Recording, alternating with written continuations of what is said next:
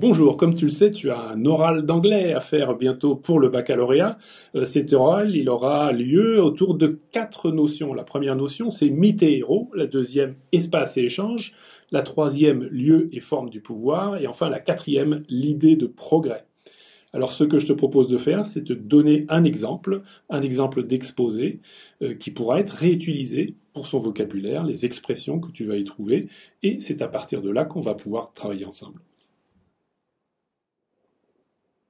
The notion I'm going to speak about is myths and heroes. And first of all, I would like to define this notion.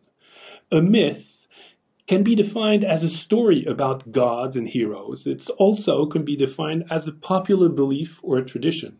It could also be defined as a false notion. A hero can be a mythological figure. It can also be a person who is admired for his or her achievements.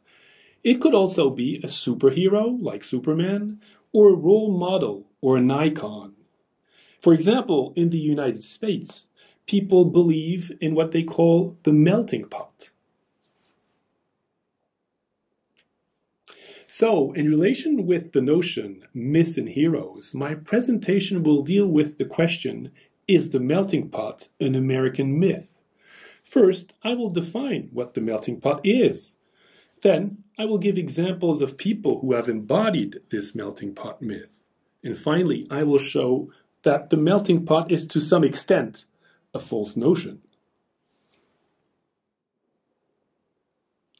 So first I'm going to define what the melting pot is. On the one hand, the American society could be compared as a soup. A soup is made of different ingredients and they disappear in the soup. But on the other hand, you could compare societies to a salad bowl where you can see the different ingredients. Well, that is not the melting pot. The melting pot is not only a myth, it was actually embodied by people like Martin Luther King in his very famous "I Have a Dream" speech.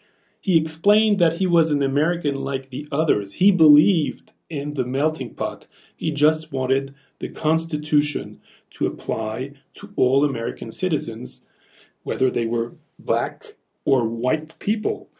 And this is the American melting pot.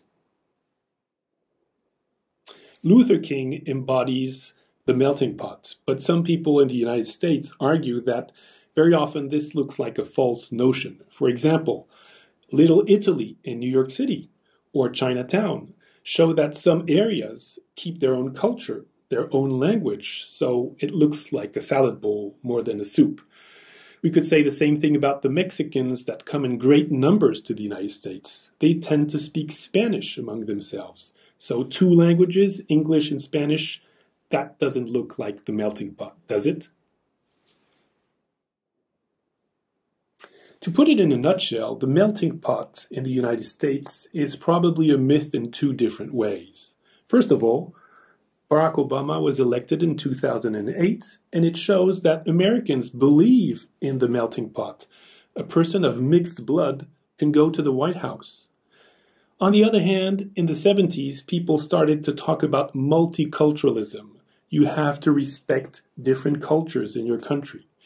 And the number of Mexicans speaking Spanish in the United States make us think that, maybe it looks like a salad bowl more than a soup. So the United States probably is a mix between this salad bowl and the melting pot.